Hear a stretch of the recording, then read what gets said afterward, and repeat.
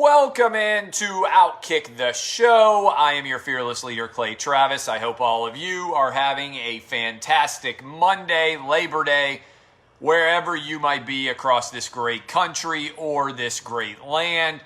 Get Rich Kids, new t-shirt from Outkick in honor of college football being back. We have got a lot to dive into. I know that many of you are not working today, but your boy is always working, and I am here to carry you into Labor Day. We'll also be live new time, 5 Eastern on Fox Bet Live / Lock It In. All of that is still rolling. I appreciate all of you hanging out with us. Thanks for spending your Monday with Outkick. All right, let's go right in off the top. Golf clap loudly. College football is officially back. I'm excited to watch Navy BYU tonight. I have got the midshipmen straight up on the money line. Why am I picking Navy? Because I watched Army demolish MTSU. And I believe that if you think about it, the toughest, strongest, most mentally challenged and able to handle everything in front of them are our cadets, our midshipmen, our Air Force. All of these guys are used to high-stress, difficult environments. Corona is nothing to them. If you have ever been to West Point, if you've ever been to Annapolis, or if you've ever been to Colorado, this is a easy call for them. They've been training. They've been able to handle all the disruptions. In the military, you have to be able to adjust on the fly to disruptions. Just like we saw Army dismantle MTSU, I believe that we will see Navy take down BYU. So I am in favor of the midshipmen Navy getting it done tonight. I've got them on the money line. A couple of different things about this. If you are a Pac-12 fan, or if you are a Big Ten fan, I don't know how you watch the games going on, starting on Thursday, being played on Saturday, now being played on Monday, the NFL back on Thursday, major college football in the Big 12 and in the ACC back on Saturday. I don't understand how you watched all of that take place and didn't think it to yourself, my God, what in the world are we doing without playing this fall? There's no way to justify it. I feel for Big Ten fans. I feel for Big Ten parents. I feel for Big Ten players. I feel for Big Ten coaches. Your conference completely forsook you, abandoned you, and the same thing is true of the Pac-12, although at least the Big Ten was willing and able to stand up and fight. The Pac-12, the Mountain West, the MAC, none of them were willing to battle for their sport. And that's why ultimately I think it's an unmitigated disaster that the Big Ten's not playing right now. Now, also welcome back Big 12, welcome back ACC. We'll have some gambling picks up for you this week. I'm excited to be back with college football, even if we have to wait a couple of weeks for the return of the SEC.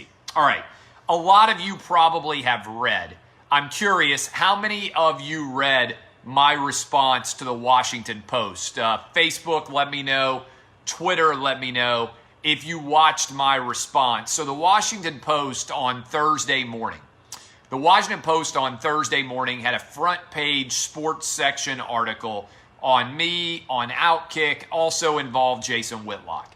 They had 2,300 words in their story. 2,300 words. That's a big article length in a newspaper. They talked to me for an hour and 20 minutes as a part of the interview for this story. They used 94 words from me. You can go listen. I try to be as straightforward and as honest and as unbiased as I can be about sharing as much with you publicly as I can. The Washington Post quoted 94 words from me. The quotes were wildly out of context. They had absolutely no basis or connection hardly at all to the questions that were asked. They were placed in a manner that didn't in any way contextualize them correctly, and they misquoted me, which is why I'm glad that I taped the entire interview. I told the reporter that I was taping the entire interview. I told him that if I thought he took my quotes out of context, I would have the receipts and I would post this interview. And so I did. And if you are interested in it, you can go subscribe at the Outkick YouTube channel, where I know many of you are watching this right now.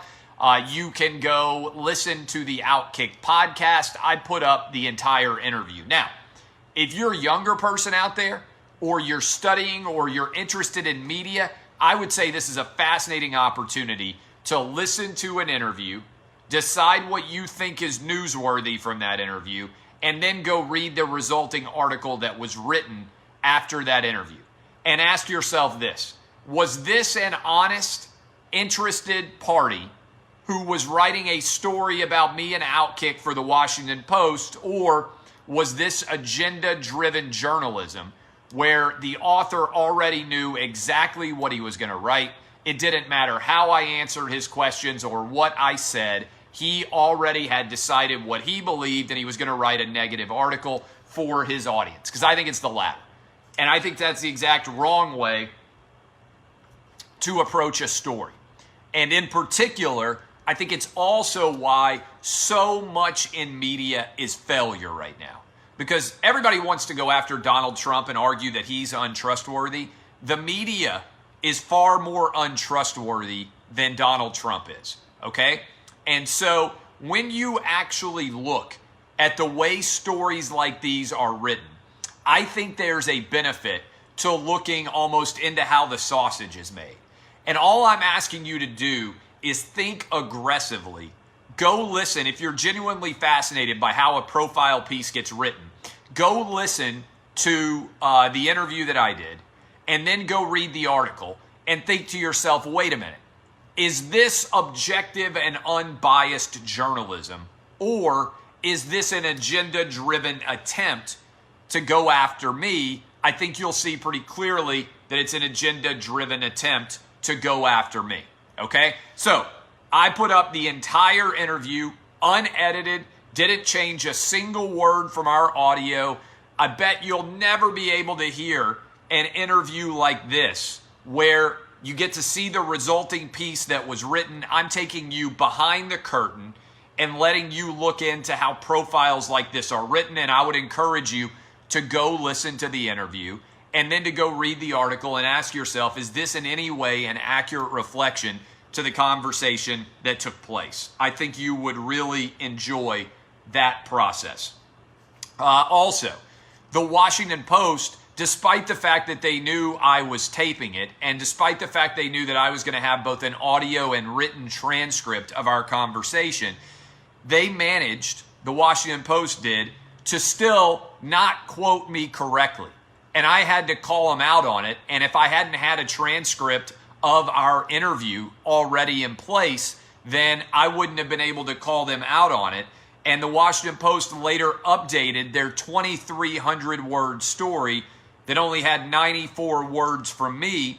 And they said at the bottom, otherwise most people would have never seen it, this story has been updated to reflect that Travis, in an interview with the Washington Post, said he has a, quote, lot of listeners in the White House, not fans.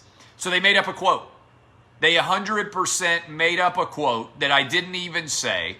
If I didn't own my own media company, and if I hadn't recorded this entire interview, there would have been no one to catch them on their inaccuracy. I told them exactly what I was going to do, and they still managed to tell a lie about me in their profile piece. It's a really strange position to find yourself in, where I have been a member of the media for a long time, but I know all of the tricks of the trade, and so I'm turning them back on the people who are now covering this and exposing them. And so I would encourage you to go read it. The Washington Post was dishonest. They were untrustworthy. They were biased, and they were unobjective. And they claim that all of those things are inaccurate. I can't speak for every story they write, But if they had that much incorrect in what they wrote about me, why would there not be also many things wrong in everything else that they write? Again, I would encourage you to go read it and to check it out. Now, positive. We had an incredible weekend. This I know it's still the weekend for many of you, but we had an incredible weekend down in Atlanta at the Atlanta Braves. I had not been to the Battery, the area surrounding the Atlanta Braves park before. I took my 3 boys, my wife. We had a fantastic time staying in the Omni, overlooking the stadium, able to walk from around all that area. It was phenomenal. Just an absolutely incredible time from our hotel room. It was my 4th grader's birthday. He's a huge Braves fan. In fact, right now he's watching the Braves play on YouTube. And we just had an incredible time. They put up a video of my son saying play ball before one of the starts of the game out on the Jumbotron. I still believe the stadium should be open. They had a huge collection of people in the Battery sitting around watching a big screen to be able to hang out. Moms, dads, grandmas, grandpas, great family setting there. And if they're willing and able to all sit around in the Battery and watch the Jumbotron, like 1,000 people or more, and if all the restaurants are open, and if everything else is open, it's crazy to me that the Braves Stadium wouldn't be open too. But it's not their choice. I want to thank the Braves for everything they did to hook up my 4th grader, let him do that video. It was an absolutely incredible time. We had an awesome time. And I said this before, but I came downstairs today. My son is playing Madden, my 4th grader. He's got his entire team, which is something certainly that I know many of you probably still do, even as adults. And I don't know what the sign is that you've got a good relationship with your son officially is. But I know that when my son has designed his own Madden team, and on his Madden designed franchise, the starting quarterback on his franchise is me, Clay Travis, that's a sign that you're not doing an awful job as a dad. When your son is designing his own Madden team, and he has put you in as the starting quarterback for his franchise, that is a pretty good sign that that you are doing a good job. Big dad win there for anybody out there who is a dad. I've got a high Madden ranking. He's bought his team up a high level by playing a lot. I asked him how I was performing. He said I threw for over 400 yards in the most recent game. He's got himself in as a running back, but he's got dad in and several of his other buddies as different positions in the skill position. But that in and of itself is, I think, a pretty awesome experience to be able to have. So I encourage all of you. He's got his brothers in the game. He's got his friends in the game. And he's got his dad in the game as an incredible setup. I mean, I just think that it is an awful lot of fun, and I appreciate all of you for supporting this show. But also, I want to thank the Braves, who we have a ton of fans in working with the Braves. This is going to trigger all the Corona bros out there. I have got to tell you this right off the top. All right, this is really interesting. Coronavirus cases are collapsing. We have now on Sunday a 4.6% positive rate. Hospitalizations are down nearly 50%, rapidly approaching the all-time low. And this is pretty wild. Also, there have been 11,000 cases on college campuses, zero hospitalizations. All right, I want to repeat that. There have been 11,000 some odd cases reported on college campus. All right, right now there are zero hospitalizations.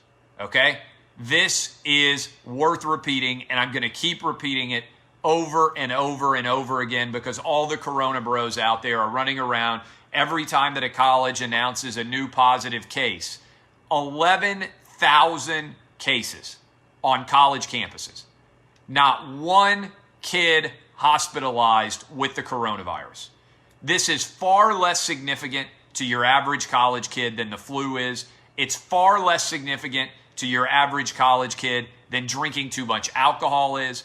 It's far less significant to your average college kid than the danger of driving to and from the college campus or being murdered, committing suicide. There are any number of ways that people are far more likely to die, all right? And everyone out there is an unmitigated imbecile if they are not looking at the data and if they are still arguing that we shouldn't all be back to schools, back to work, back to regular life, including sports leagues playing, all right? And I got to tell you this right now. I am coaching, one of the coaches, for flag football, and we start our season on Saturday. And so this is crazy. We've got kids playing sports now all over America, and if your kids aren't playing, it's because your city or your youth group is run by imbeciles, all right? This is easy. This is a very, very easy decision to make, and so I believe, again, the data matters. 4.6% positive. Hospitalizations are down nearly 50% from their peak. They're approaching an all-time COVID low since this process began. Everybody on college campuses, nobody is being hospitalized. Here's what I will tell you and predict, though. The minute that a kid gets hospitalized, it will be covered as if it is the most important breaking news story that has ever happened. The minute that one of these kids actually ends up hospitalized, it's going to be covered like crazy. And the reality is, kids are not in danger of the coronavirus. We need all schools back open, and we need them all back open now. And the fact that one kid will end up in the hospital will be covered like it is an abject disaster is a clear evidence of how biased the media is overall and how little you can trust them as a group. The Titans have signed Jadeveon Clowney. Here's the hope. Here's the hope as a Titans fan. My hope is that Ryan Fitzpatrick stops trying to study and talk about history because he clearly doesn't know anything about history. If you saw his hostage video where he talked about how America was a fundamentally racist country. But I do hope with Jadeveon Clowney, with Jeffrey Simmons, with Vic Beasley, and with Harold Landry, that the Titans are going to be able to get after the quarterback with their front four. This, to me, is all about trying to find a way to beat the Kansas City Chiefs, who are going to be the best team in the AFC, and you need to find a way to get pressure on Patrick Mahomes without having to blitz. And so if you think about Jeffrey Simmons, Vic Beasley, Harold Landry, and Jadeveon Clowney, if they can all stay healthy, okay? If they can all stay healthy, that is 4 different guys up front that are going to be very difficult to actually block. And so I would tell you that it could be a very good addition. The Titans still have $17 million in salary cap space, which is important because the expectation is that the salary cap is going to come crumbling back down to earth next year as we have an overall recession going on in sports over awful decisions being made about where and how to allow fans in, but also because I think the overall brand of the NFL, much like the NBA, is going to come in for a substantial hit. Novak Djokovic. Djokovic was kicked out of a tournament. This is an unbelievable story to me. I don't think there's any way it happens to Rafael Nadal. I don't think there's any way it happens to Roger Federer. This was beyond a ridiculous degree, a total overreaction by the woman who got hit by the ball. If she had any kind of court awareness at all, she could have just dodged the tennis ball. Instead, she took it in the throat, and I bet she ends up filing a lawsuit against Djokovic. The idea that he should have been kicked out of the tournament, to me, is crazy. This is where you allow on some discretion and allow some intelligence to be applied. And you say, wait a minute, there's no way that we should be firing anybody over this. And this was lunacy to DQ him over this small minor issue. He probably would have gone on and won the tournament. I don't think there's any way it happens to Federer. I don't think there's any way it happens to Nadal. If this had happened to Serena Williams, everybody would be using it as evidence of how racist tennis is. It's just a bad decision. And as remember when Serena Williams lost a point, everybody lost their minds. Djokovic gets tossed completely out of the tournament, and it is just an awful decision by the WTA and by the officials there. You got to have the ability to use discretion in situations like this. There's absolutely no way that you can justify this.